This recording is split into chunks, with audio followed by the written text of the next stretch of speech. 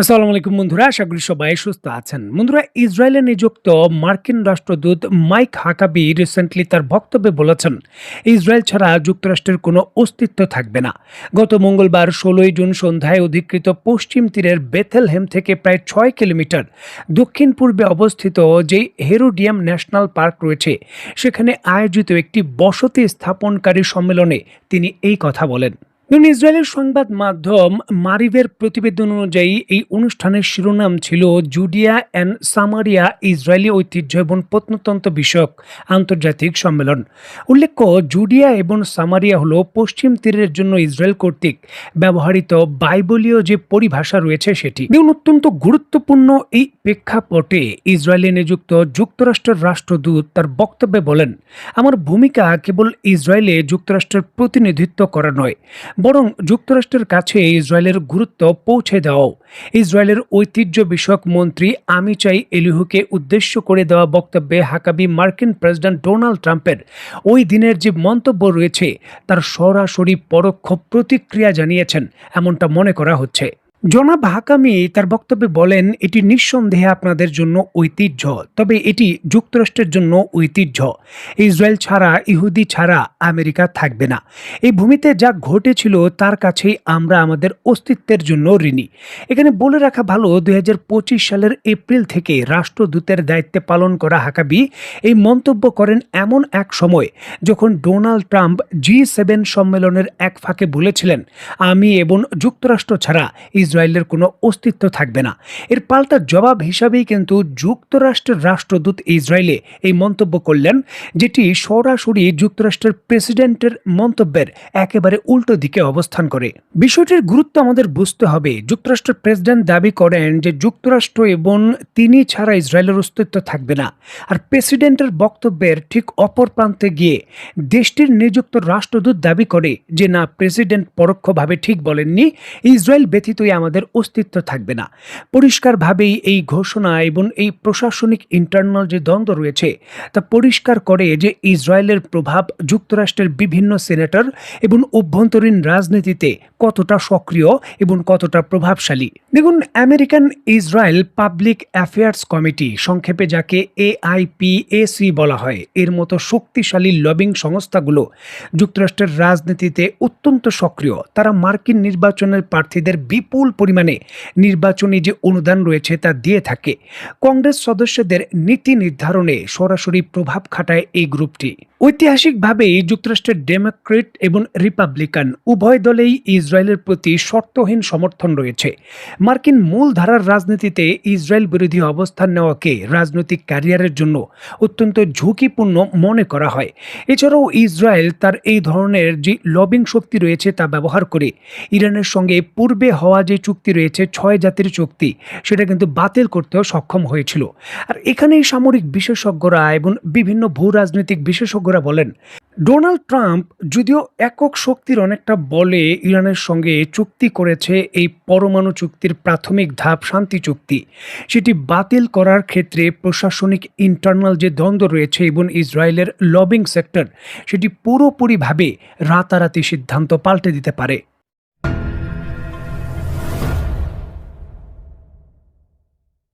আপনারা নিশ্চয়ই জানেন, এর পূর্বের ভিডিওতে আপনাদের আমি জানিয়েছি, শান্তি চুক্তির শর্তে লেবাননে হামলা করার শর্ত না থাকলেও ইসরায়েল সরাসরি লেবাননে হামলা চালিয়ে যাচ্ছে এবং তীব্র সংঘর্ষ হচ্ছে সীমান্ত এলাকায় হিজবুল্লাহর সঙ্গে। অলরেডি এই সংঘর্ষে ইসরায়েলের 4 জন সেনা নিহত হয়েছেন এমন খবর পাওয়া যাচ্ছে এবং ইসরায়েলের বিমান হামলা এবং তাদের যে আর্টিলারির গোলা নিক্ষেপ তা অব্যাহত রয়েছে। ঠিক এমতো অবস্থায় লেবাননের পুরো এলাকার সীমান্ত জুড়ে একেবারে সিরিয়া পর্যন্ত দখলের ঘোষণা দিয়েছে ইসরায়েল। এই ক্ষেত্রে তারা একটি ম্যাপও প্রকাশ করেছে। স্ক্রিনে নিশ্চয়ই আপনারা ইসরায়েলের প্রকাশিত ম্যাপের দৃশ্য দেখছেন। একেবারে ভূমধ্য সাগর থেকে শুরু করে লেবানন হয়ে পুরো সিরিয়া সীমান্ত জুড়ে এই যে লাল রেখাগুলো দেখছেন, এখানে 52টি গ্রাম রয়েছে।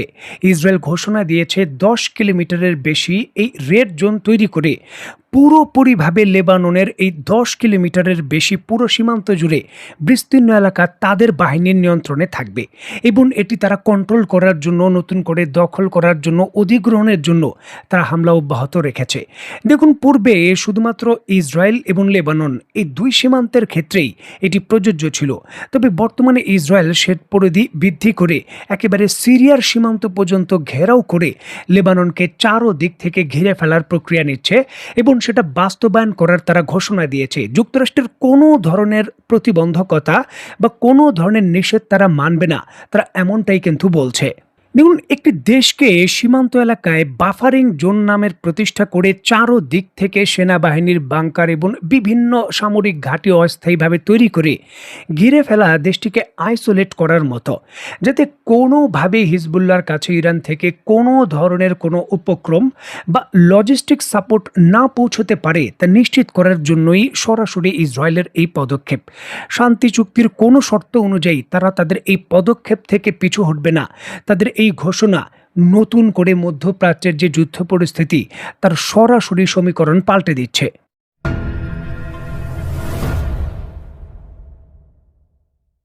দেখুন, লেবাননের এই ধরনের হামলা এবং নতুন করে তাদের নতুন মিশন ঘোষণার পর এর কড়া জবাব দিয়েছে ইরান। ইরানের পররাষ্ট্রমন্ত্রী আব্বাস আগারচি কড়া হুঁশিয়ারি দিয়ে বলেছেন, লেবাননে ইসরায়েলি আগ্রাসন এবং সেখানে ইসরায়েলি সেনাদের অবস্থান বজায় থাকলে এর কঠোর জবাব দেওয়া হবে। এবং চুক্তি ভেসে যাওয়ার আলটিমেটাম দিয়েছে সরাসরি ইরান এবং সেটা বাতিল করা হতে পারে বলে হুমকি দিয়েছে। তেহরান স্পষ্ট করে দিয়েছে যে সমগ্র অঞ্চলে, বিশেষ করে লেবাননে যুদ্ধবিরতি প্রতিষ্ঠা এবং ইসরায়েলি সেনা প্রত্যাহার না হওয়া পর্যন্ত মার্কিন ইরান চুক্তির অবিচ্ছেদ্য অংশ বাকিগুলো বাস্তবায়ন করা খুবই জটিল বিষয়। ইসরায়েল হামলা বন্ধ না করলে এই চুক্তি কার্যকর করা সম্ভব হবে না, ইরান জানিয়ে দিয়েছে। ইরানের পক্ষ থেকে প্রাথমিকভাবে গ্যারান্টার হিসাবে এর দায় দায়িত্ব সকল কিছুই যুক্তরাষ্ট্রের উপর কূটনীতিক প্রচেষ্টার অংশ হিসাবে চাপিয়ে দেওয়া হয়েছে। যেহেতু যুক্তরাষ্ট্র গ্যারান্টার হিসাবে দায়িত্ব নিয়েছে ইসরায়েলকে বিরত রাখার বিষয়, ইসরায়েলকে যদি বিরত না রাখতে পারে যুক্তরাষ্ট্র, তাহলে কি ইরান সরাসরি সামরিক হামলা ইসরায়েলে চালাতে পারে? এই ক্ষেত্রে সামরিক বিশেষজ্ঞদের বিশ্লেষণ হলো যে ইরান সরাসরি এখনই সামরিক হামলায় হয়তো যাবে না, তারা কৌশলী সিদ্ধান্ত নেবে। আর কৌশলী সিদ্ধান্তের প্রথম ধাপ হলো হরমুজ প্রণালীতে টোল আদায়। যে টোল অবমুক্ত করে দেওয়া হয়েছিল এই ইসরায়েলের হামলার কারণে, সেখানে নতুন করে প্রথম দফায় তারা টোল আদায় করতে পারে বা টোল তারা সরাসরি প্রয়োগ করতে পারে। দ্বিতীয় দফায় হরমুজ প্রণালী বন্ধ করে দেওয়া, এই ধরনের সিদ্ধান্ত তারা নিতে পারে। আর তৃতীয় দফায় ইসরায়েলে সরাসরি হামলার বিষয়টা আসতে পারে।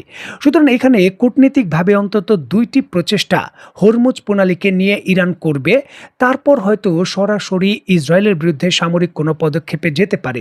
কারণ ইসরায়েলের পক্ষ থেকেও পরিকল্পিতভাবে এটি বলতে পারেন একটি কৌশলের মতো, লেবাননে হামলা অব্যাহত রাখবো, ইরান আমাদের উপর হামলা করবে, চুক্তির বিষয়টা অটোমেটিকলি কিন্তু ভেঙে যাবে, চুক্তি আর থাকবে না। এই জন্যই কিন্তু কৌশলে ইরানে হামলা না করে লেবাননে হামলা চালিয়ে যাচ্ছে ইসরায়েল, এমনটাও মনে করছে ইরান। দেখার বিষয়ে এই কৌশলী পাল্টা কৌশলী খেলায় চূড়ান্তভাবে আসলে কি হয়। তো বন্ধুরা, আজকের মতো বিদায়, নতুন কোনো ভিডিও নিয়ে আবার দেখা হবে। সেই পর্যন্ত সবাই ভালো থাকবেন, সুস্থ থাকবেন এবং বাংলাদেশকে ভালোবাসবেন। আল্লাহ হাফেজ।